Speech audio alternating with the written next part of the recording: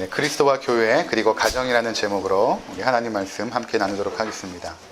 사회적인 흐름을 이렇게 보니까 이전까지는 우리나라의 그 목표가 경제 성장이었죠. 그래서 가정을 희생하면서 경제 성장이라는 그 목표를 달성하기 위해서 지금까지 달려왔습니다. 그러면서 여러 가지 부작용과 피해도 많았고, 문제는 뭐였냐면 돈은 많아졌는데 우리의 삶은 더 피폐해진 것이죠.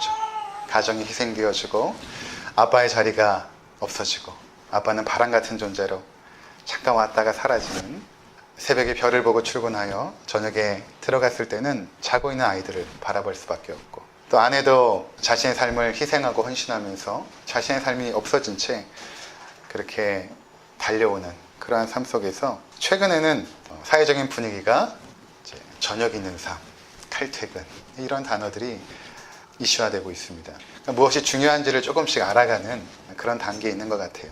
그래서 아마 외국에서 살다 오신 신디 성도님 같은 경우에도 아마 그런 부분들을 좀 느낄 거예요. 한국 사회 가운데 가정 중심으로 이루어지지 않고, 여행을 가도 남자들끼리 가고 여자들끼리 가고 하는 그런 문화들, 가족 중심의 문화가 아니라 가족 바깥에서 이루어지는 그 많은 문화들 속에서 사실은 수많은 죄악들과 타락과 부끄러운 일들이 발생되고 있는 것입니다.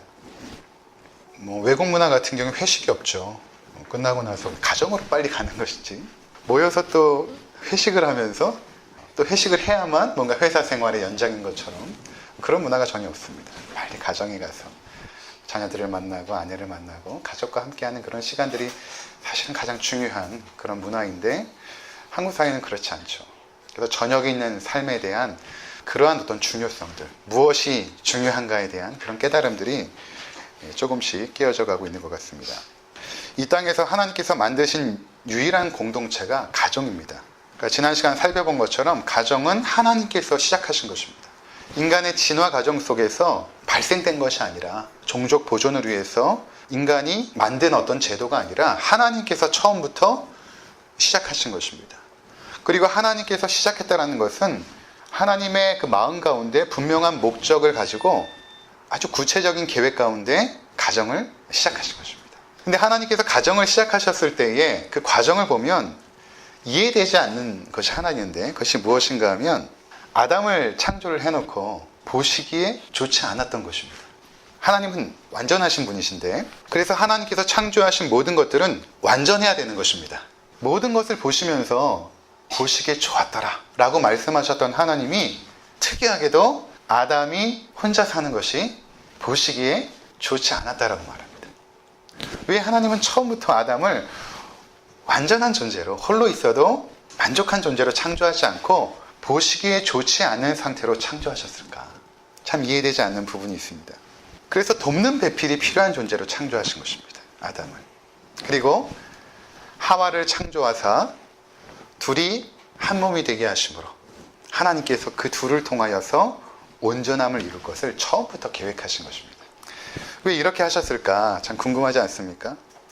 결혼과 출생, 그리고 그렇게 해서 이룬 가정은 인생에 있어서 가장 큰 행복을 선사하기도 하죠. 하지만 반면에 힘들고 어려운 것도 사실입니다. 때로 어떻게 생각해 보면 우리가 결혼하지 않고 사는 것이 편할 수도 있습니다. 자식을 낳지 않으면 우리 인생이 더욱더 독립적으로 내가 하고 싶은 것들 마음대로 이루면서 살 수도 있을 것 같다라는 생각이 듭니다. 한국적 상황에서 여성들은 더 그렇지 않습니까? 결혼하면 나타나는 현상, 그 이화여대 백소영 교수가 한국 여성의 그 키워드를 두 가지로 정리를 했더라고요. 하나는 미치거나, 하나는 아프거나. 미치거나 아프거나.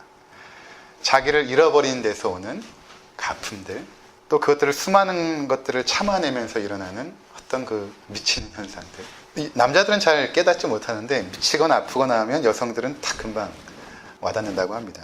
여기 계신 우리 어머님들도 한때는 꿈도 있었고 하고 싶은 것들도 많았지만 그것들 다 포기하고 희생하면서 여기까지 온 것 아닙니까? 물론 여성들만 이러한 포기와 헌신이 있었던 것만은 아닙니다. 여성들만큼은 아니지만 가장으로서의 그 책임을 감당하기 위해서 남성들도 많은 포기와 헌신이 있었습니다. 인생에서 결혼도 힘든 것이고 또 자식을 낳아 키우는 것도 힘든 일입니다. 그렇다면 왜 하나님께서 그렇게 불완전한 존재들을 창조하시고 그 둘을 한 몸이 되게 하심으로 가정을 이루게 하셨을까? 그냥 독립된 인격체로 그냥 살게 하시면 안 되었을까? 왜 굳이 결혼을 하여 자녀를 낳고 가정을 이루게 하셨을까? 오늘 본문에 보면 남편과 아내가 하나가 되는 것 가운데 아주 큰 비밀이 있다는 것입니다. 그러므로 사람이 부모를 떠나 그의 아내와 합하여 그 둘이 한 육체가 될지니 이 비밀이 크도다. 그렇게 말합니다. 결혼이라는 것 가운데 하나님께서 숨겨놓으신 비밀이 있는데 그 비밀은 굉장히 크다라는 것입니다. 이 하나님의 이 큰 비밀은 결혼 전까지는 어떻게 보면 숨겨져 있습니다. 그런데 결혼을 하여 가정을 이루고 자녀를 낳게 되면 하나씩 깨닫게 된다는 것입니다.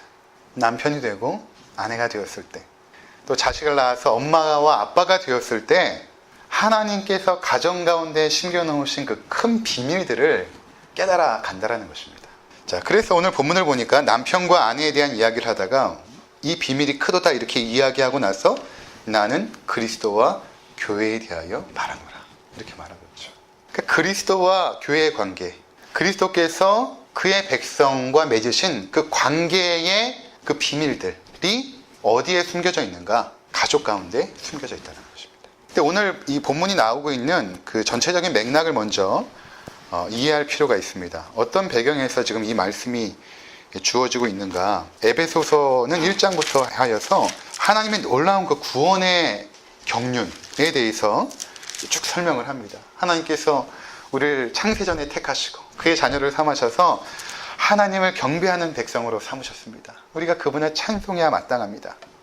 그런 이야기를 쭉 하다가 마지막 결론 부분에 뭐라고 말하냐면, 그래서 여러분 그 구원받은 하나님의 백성이 되었다면 여러분은 어떻게 살아야 되냐면 성령 충만한 삶을 살아야 됩니다. 이렇게 말씀을 하고 있다는 것입니다.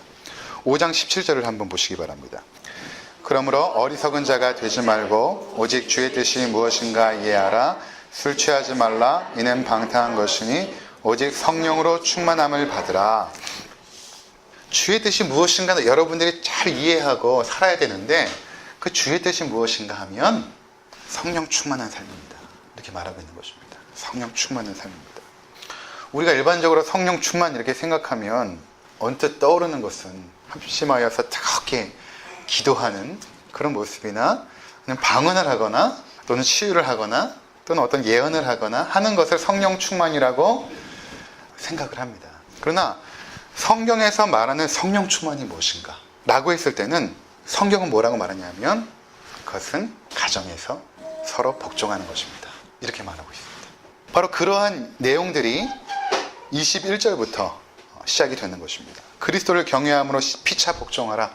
그 복종이 어디에서부터 나타나는가? 아내들이 남편에게 복종하고 남편이 아내를 죽기까지 희생하는 그 사랑 관계 속에서 성령 충만함은 시작이 됩니다. 이렇게 말하고 있는 것입니다.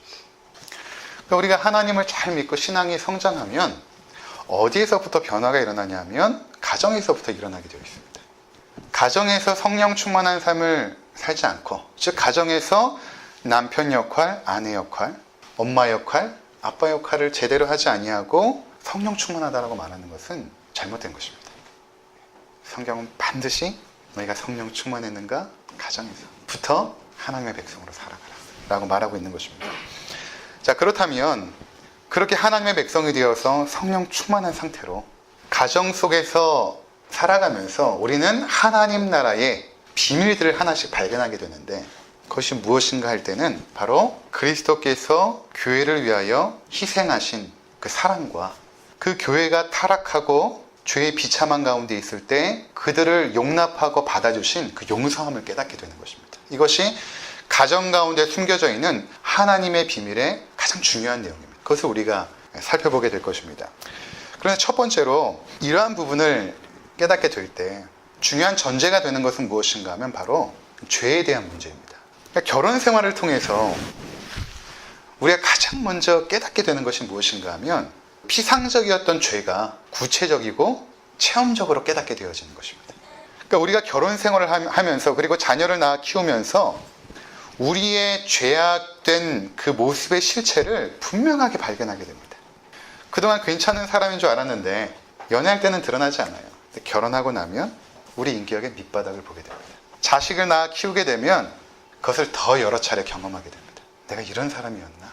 내가 얼마나 이기적이고 내가 얼마나 폭력적이며 분노의 사람이었는지를 결혼 생활을 통하여, 가정 생활을 통하여 깨닫게 되는 것입니다. 바깥에서 드러나지 않았던 나의 죄악된 본성이 결혼과 가정 생활 속에서 드러나기 시작하는 것입니다.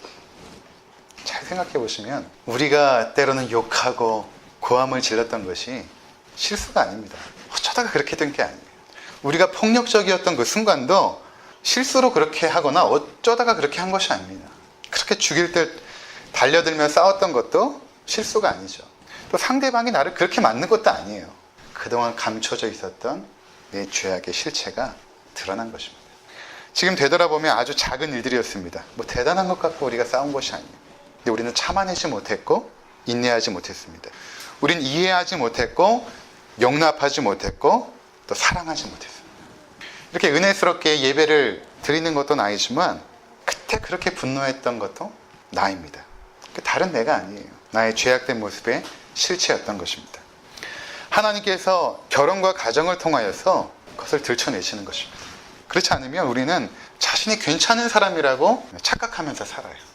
내 자신에 대해서 모르는 거죠. 내가 어떤 사람인지 모르는 것입니다. 그냥 뭐 젠틀하고 괜찮은 사람인 줄 알아요.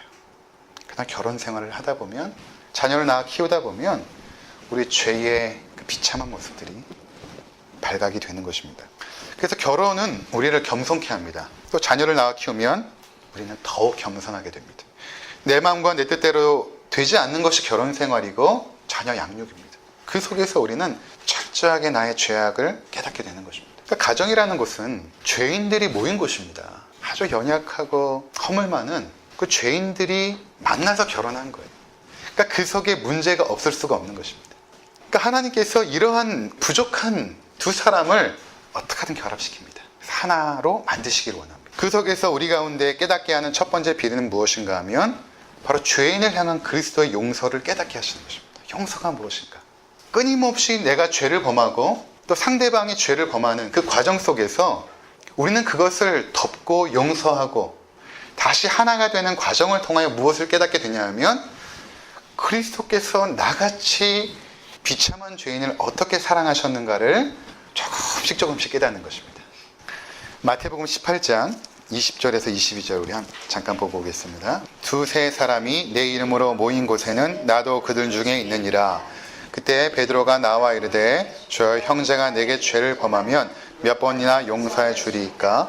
7번까지 하오리이까?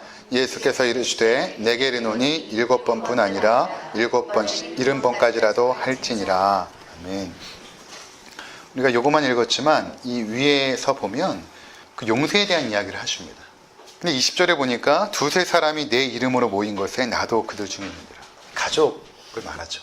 확장되면 교회인데 여기서는 그것이 확장된 하나님 나라의 공동체에 대해서 말하고 있습니다. 하지만 그것에 우선되어서 가정에 적용됩니다. 두세 사람이 그리스도의 이름으로 모인 것이 가정이기 때문에 그것에 하나님께서 함께 하십니다. 그리스도의 임재가 임합니다. 근데 그 얘기 다음에 바로 뭐가 나오냐면 용서에 대한 이야기가 나옵니다. 베드로가 그렇게 두세 사람이 그리스도의 이름으로 모였지만 우리 가운데 죄악의 문제가 계속 발생합니다. 그때 어떻게 해야 됩니까? 그것 때문에 우리는 갈등하고 싸우며 아파합니다. 예수님은 어떻게 하겠습니까? 라는 질문인 것입니다. 15절 한번 보시기 바랍니다. 내 형제가 죄를 범하거든 가서 너와 그 사람과만 상대하여 권고하라. 만일 들으면 내가 내 형제를 얻은 것이요. 그렇게 말하죠. 죄의 문제가 발생합니다. 어떻게 해야겠습니까? 라고 물어본 것입니다. 그때 예수님의 대답은 이것입니다. 용서해라. 7번이나 용서하겠습니까? 7번은 완전한 숫자입니다. 70번씩 7번이라도 계속해서 용서하라는 뜻입니다. 숫자가 아니라 계속해서 용서해라. 하나님의 백성의 공동체는 용서하는 공동체임을 말하는 것입니다. 가족은 용서하는 공동체입니다. 그리스도의 이름으로 두세 사람이 모였다면 그곳에 내가 함께 있을 것인데 그럼에도 불구하고 죄의 문제는 계속해서 드러날 것이다. 그때 너희가 해야 될 것은 무엇인가 하면 정죄하는 것이 아니라 용서하는 것이다. 이렇게 말하고 있는 것입니다. 근데 여러분 잘 보시면 용서는 그냥 죄를 덮는 게 아니에요. 그래 우리 그냥 덮고 넘어갑시다. 당신이 나에게 이렇게 했지만 덮고 갑시다. 또는 내가 당신에게 이렇게 잘못했지만 이 문제 그냥 덮고 갑시다 라는 것이 용서가 아니에요. 15절을 다시 보시면 형제가 죄를 범하거든 가서 너와 그 사람과만 상대하여 권고하라. 이게 무슨 말입니까? 그 죄를 지은 부분에 대해서 반드시 인식시키고 인정하는 과정이 필요하다는 것입니다. 용서에는 자기가 지은 죄에 대한 자각이 필요합니다. 그 죄가 얼마만큼 그 사람의 마음 가운데 피해를 줬는지, 그 사람의 신체에 피해를 주고 물질적인 손해를 줬는지에 대한 철저한 자각과 인식이 필요합니다. 그것 없이 용서는 이루어지지 않아요. 그러니까 용서하기 위해서 그 사람에게 가서 권고해라. 만일 그 사람이 들으면 그리고 회개하면 용서가 되는 것입니다. 용서를 베풀 수 있어요. 근데 만일 듣지 않으면 16절에 만일 듣지 않거든 한두 사람을 데리고 가서 두세 증인의 입으로 말마다 확증케 하라. 인정하지 않을 때 어떻게 하든 그 사람이 인정할 때까지 증인을 세우는 것입니다. 17절 만일 그들의 말도 듣지 않거든 교회 말하고 교회 말도 듣지 않거든 이방인과 세리와 같이 여기라. 이렇게 말합니다. 그러니까 용서라는 과정은 첫 번째로 내가 지은 죄 또는 상대방이 지은 죄에 대한 철저한 자각과 인식, 이게 필요한 것입니다. 그리고 와서 내가 당신에게 이렇게 손해를 끼쳤습니다. 정신적, 물질적, 신체적 가해를 입힌 것에 대해서 내가 진심으로 사과합니다. 내가 어떠한 처벌도 달게 받겠습니다. 이렇게 인식할 때에 예수님께서 말씀하신 것은 그러하면 너희가 용서하라는 것입니다. 난 절대 용서 못해 라는 것은 하나님의 백성이 아니라는 것입니다. 그렇게 인식하고 힘들어한다면, 자각하고 있다면 너는 용서해줘라. 언제까지? 70번씩 7번이라도 계속해서 용서해라 라고 말씀하고 있는 것입니다. 그러니까 용서라는 것은 쉬운 게 아니죠. 피해자가 받은 그 상처를 감당해야 되는 것입니다. 용서하는 사람 쉽지 않아요. 그걸 내가 감당하겠다라는 것입니다. 네가 나에게 준 상처 내가 감당하겠다라는 것입니다. 쉽지 않죠. 용서를 구하는 것도 어려운 것입니다. 그것을 스스로 자각하고 깨닫는 것도 어렵죠. 근데 용서는 가정에서 베풀어져야 됩니다. 이것이 우리 가정에서 훈련되어지고 경험되어지지 않으면 우린 결코 용서가 안 됩니다. 바깥에서 하는 용서는 진짜 용서가 아니에요.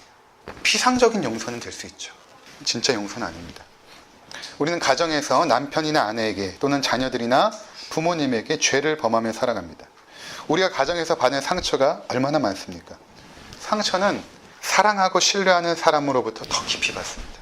그리고 상처들의 원인을 찾아가 보면 대부분 죄 때문에 받는 것입니다. 우리는 실수에 상처받지 않아요. 착각하면 안 됩니다. 그 사람의 진심의 마음을 알았기 때문에 상처받는 것입니다. 어릴 적에 부모님이 바빠서 자녀를 돌보지 못한 것에 대해서 상처받는 것이 아닙니다. 그때 부모님의 마음이 나에게 없다라는 것을 자녀가 아는 것입니다. 아버지가 실수로 때린 것에 장처는 상처받지 않아요. 자녀는. 그 때릴 때 부모의 모습 속에서 나를 향한 원망과 분노를 본 것입니다. 그 죄 때문에 상처받는. 그래서 가장 사랑을 받는 곳이 가정이긴 하지만 반면에 가장 많은 상처를 받는 것도 가정입니다. 그리고 그 상처는 대부분 나의 자기중심적인 죄로 말미암아 받는 것입니다. 그때 우리는 어떻게 해야겠습니까? 용서를 구하고 또 용서를 하라는 것입니다. 때로는 부모님도 자녀에게 용서를 구할 때가 있을 것입니다. 남편과 아내도 마찬가지입니다. 자기 중심적인 죄로 말미암아 상대가 받는 상처에 대하여 용서를 구하고 또 그때 용서해야 되는 것입니다. 이렇게 하나님 말씀을 우리가 함께 나누긴 하지만 정말 어렵죠. 가정에서 어렵습니다. 가정에서. 남들은 쉬워요. 근데 가정에서 어려운 것입니다. 아내에게 용서를 구하는 것이 어렵죠. 자식들에게 용서를 구하는 것도 쉬운 일이 아닙니다. 왜 이렇게 어려울까? 왜 가족 간에는 왜 이렇게 어려울까? 이것이. 오히려 바깥에서는 술 한잔 먹고 잊어버리면 되는데 왜 이렇게 어려울까? 그만큼 상처가 깊은 거예요.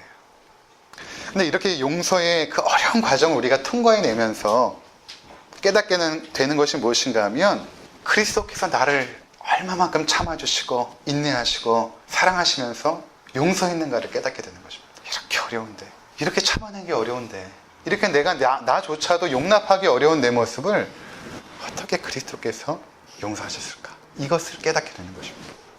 그리고 그것을 조금씩 깨달아가면서 십자가에서 이루신 그 그리스도의 용서를 깨닫게 되면서 우리는 가족을 용서하게 됩니다. 그것이 없이는 용서가 안 돼요. 그러니까 우리가 지금 이 본문을 쭉 읽었지만 예수님께서 그런 비유를 해요. 어떤 사람이 1만 달란트를 이제 빚진 것입니다. 동네에 가다가 자기한테 100달란트 빚진 사람을 보고 그 사람을 잡아다가 옥에 가둡니다. 이 사람은 1만 달란트를 탕감을 받았거든요. 그러니까 그것을 안 그 주인이 이 사람을 잡아다가 옥에 가둡니다. 1만 달란트는 평생 벌어도 못 갚는 돈이거든요. 근데 그것을 탕감받는 자가 자기한테 조금 빌린 사람을 탕감해 주지 못하는 것입니다. 이것이 용서에 대한 개념 속에서 예수님께서 비유로 말씀하십니다.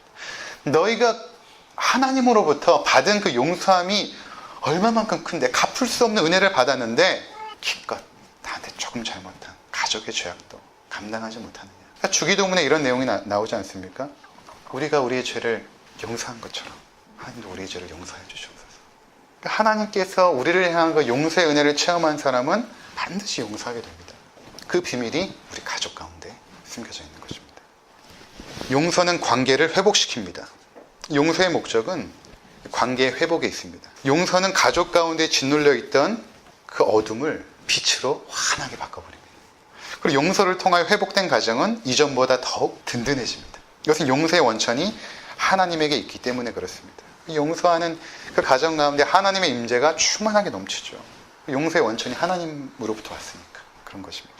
우린 서로가 죄인임을 인정해야 합니다. 상대방이 나에게 죄를 범할 수도 있지만 나 또한 예외는 아닙니다. 내가 상처받는 일도 있지만 상처를 주는 일도 많았습니다. 그때 우리는 용서를 구하고 용서해야 되는 것입니다. 하나님께서는 용서를 통하여 그 가족을 치유하고 회복하기를 원하십니다. 그래야 그 가정 속에서 그 하나님 나라의 그 자유와 기쁨을 맛보기를 원하시는 것입니다.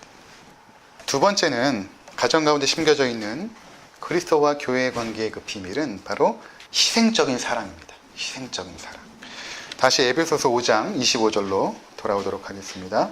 남편들아 아내 사랑하기를 그리스도께서 교회를 사랑하시고 그 교회를 위하여 자신을 주심같이 하라. 아멘. 그리스도께서 교회를 어떻게 사랑하셨는가? 자신을 내어주셨다는 것입니다. 이것은 십자가의 희생적인 죽음을 말합니다. 사랑이라는 것은 반드시 표현되게 되어 있는데 그 표현의 가장 대표적인 방법은 희생이라는 것입니다. 그러니까 희생 없는 사랑은 없습니다. 사랑하면 반드시 희생하게 되어 있습니다. 그러니까 성경에도 하나님께서 우리를 어떻게 사랑하셨는가를 말할 때 그리스도의 십자가를 말합니다. 내가 너희를 어떻게 사랑했는가? 나의 독생자 예수 그리스도를 십자가에 내어주기까지 사랑했다 라고 말하고 있는 것입니다.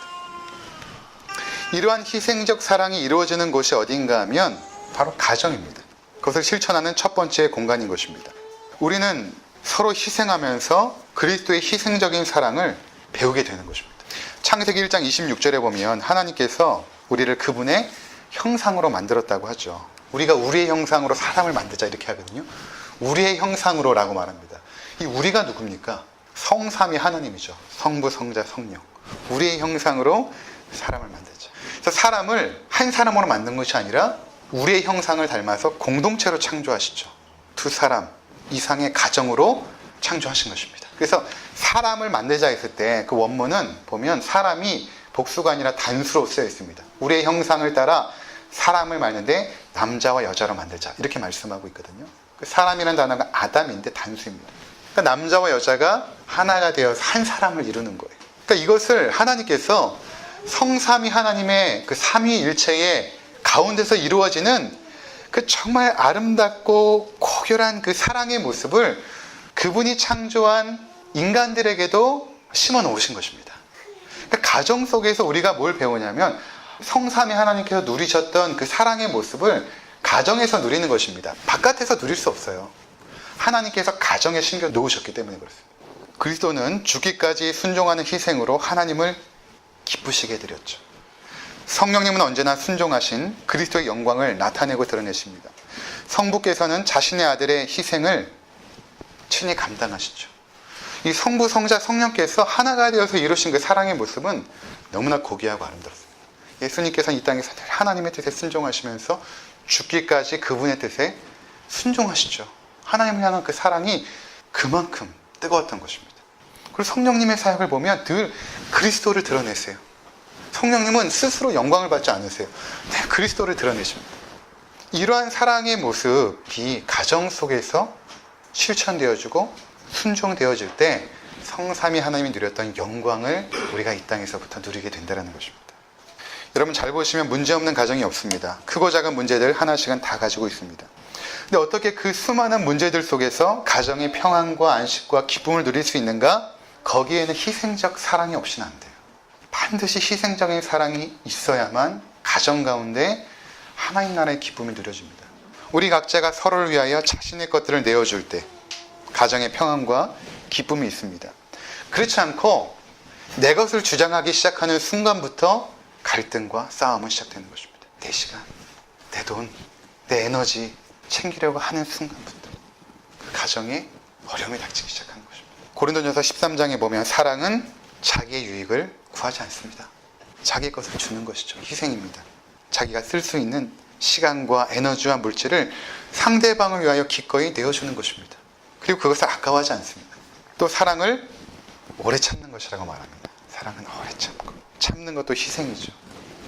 제가 이 이야기를 할까 말까 고민을 하다가 드리도록 하겠습니다. 제가 최근에 들었던 말 중에 가장 저를 기쁘게 했던 말이 있습니다.